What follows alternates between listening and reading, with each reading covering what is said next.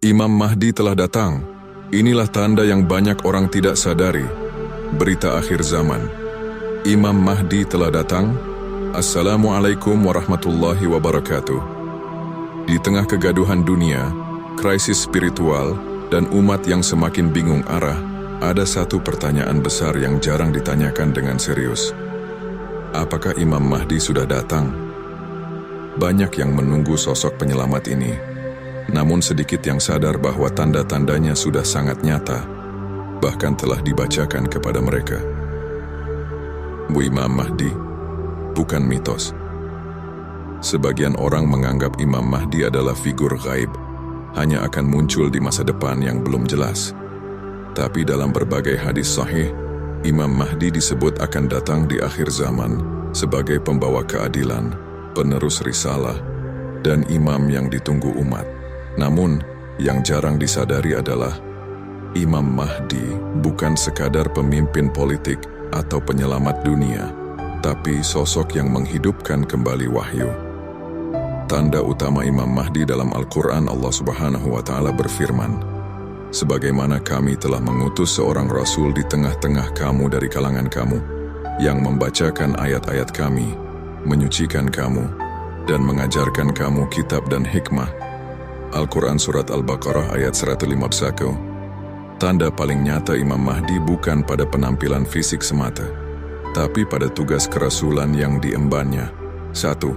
Membacakan ayat-ayat Allah secara hidup, bukan sekadar hafalan atau tafsir kaku. 2. Menyucikan umat melalui wahyu, bukan dengan ritual kosong. 3. Mengajarkan kitab dan hikmah, bukan hanya mengulang pelajaran lama, tapi menafsirkan langsung berdasarkan cahaya yang turun saat itu juga. Jika ada orang yang datang dan melakukan ketiganya tanpa membawa kitab baru, namun dengan Al-Quran yang dihidupkan kembali, itulah tanda Imam Mahdi telah datang. Mengapa banyak orang tidak menyadari? Karena kebanyakan manusia hanya mengenal Imam Mahdi dari dongeng, ceramah, dan perkiraan, bukan dari tanda nyata yang dijelaskan dalam wahyu.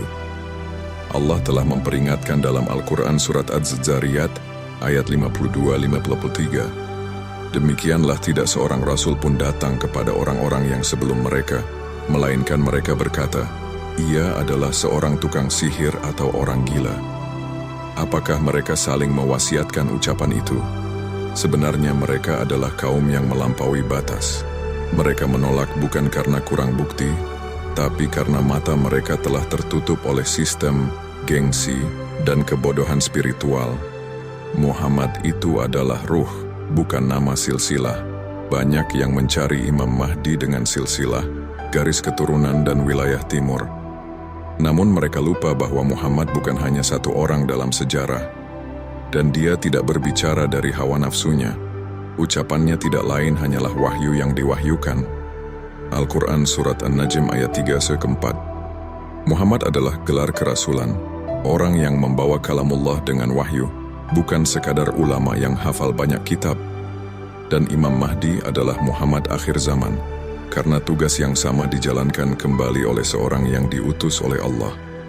Waspadalah terhadap penolakan, yang halus salah satu tanda kaum yang menolak Imam Mahdi adalah merendahkan penyampai ayat, bukan karena isi wahyu salah, tapi karena sosoknya dianggap bukan siapa-siapa. Seperti firman Allah, dan apabila dikatakan kepada mereka, berimanlah kamu sebagaimana orang-orang telah beriman, mereka menjawab, apakah kami akan beriman sebagaimana orang-orang bodoh itu telah beriman? Al-Quran Surat Al-Baqarah ayat 13. Umat lebih percaya pada ustaz, tokoh, dan sistem lama daripada memperhatikan suara kalam yang hidup. Padahal yang menyampaikan Al-Quran dengan ruh dan kebenaran, itulah Rasul. Ciri-ciri lain yang juga disebut dalam hadis. Selain tanda-tanda wahyu, beberapa hadis juga menyebut ciri fisik Imam Mahdi. Dahinya lebar, hidungnya mancung, seperti Nabi. Berusia sekitar 40 tahun saat diangkat berasal dari timur.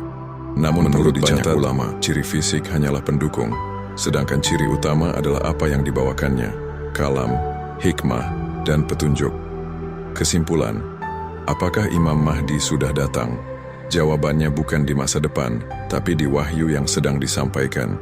Jika ada seseorang yang menyampaikan kalam bukan dari hawa nafsunya, yang membacakan Al-Quran dengan kekuatan ruh dan menyucikan umat, maka perhatikan baik-baik, jangan-jangan dia adalah yang ditunggu-tunggu umat. Wassalamualaikum warahmatullahi wabarakatuh.